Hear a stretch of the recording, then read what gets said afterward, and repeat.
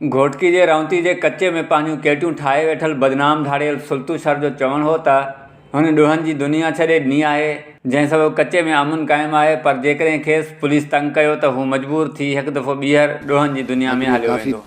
जेको आहे सो बहितरी न हुई। हाणे काफ़ी इलाइक़े में असांजे में बहितरी आहे, ॾोह न आहे, क्राइम न आहे, बिल्कुलु चुपचाप आहे।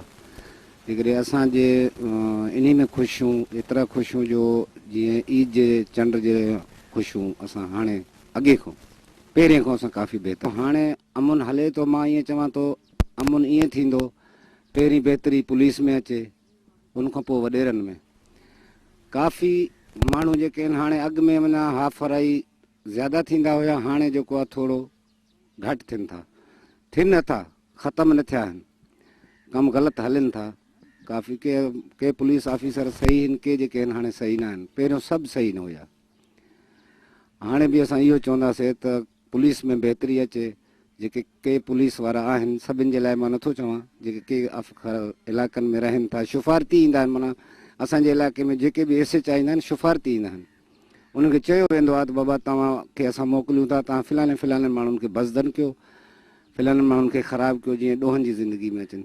पर इनशाला असां रोज़ो रखियो आहे। पुलिस भले असांखे कोशिशि बि करे ख़राबु करण जी, पर असां पंहिंजे रोज़े ते कामयाबु पूर न करनि। असां वरी बि हथ ॿधी चऊं था पुलिस ऑफिसर जेके असांजे हद में आहिनि, उन्हनि खे बि असां हथ ॿधी चऊं था त असां ते बेजाइज़ बेगुनाह जेको हाणे परचो दाख़िल थियो, अॻु में बि काफ़ी अहिड़ा ई केसिस मां ते दाख़िल थिया, को मां हक़ी ॾुआरी त न हुयुमि।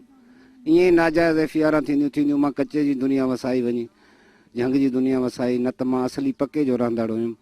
शहरनि ईंदा वेंदा हुआसीं, असां मतिलबु असां पाण मज़दूरियूं कंदा हुआसीं। मजबूरनि असां जेको कचो वसायोसीं, मजबूरनि। हाणे बि असां जेको चऊं था जेकी मूं ते हाणे एफआईआर थी आहे न, का 13 माण्हुनि ते एफआईआर थी आहे, 13 ई माण्हू बेगुनाह लिखिया विया आहिनि।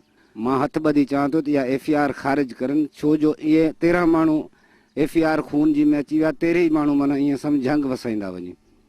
जेकॾहिं एफआईआर ख़तमु न थी त इहे झंग वसाईंदा न, शहर में त न रही सघंदा। बेगुनाह हुननि जे मथां एफआईआर थी आहे, बहितरु आहे हिननि तां बेगुनाह एफआईआर आहे इहा ख़तमु कई वञे।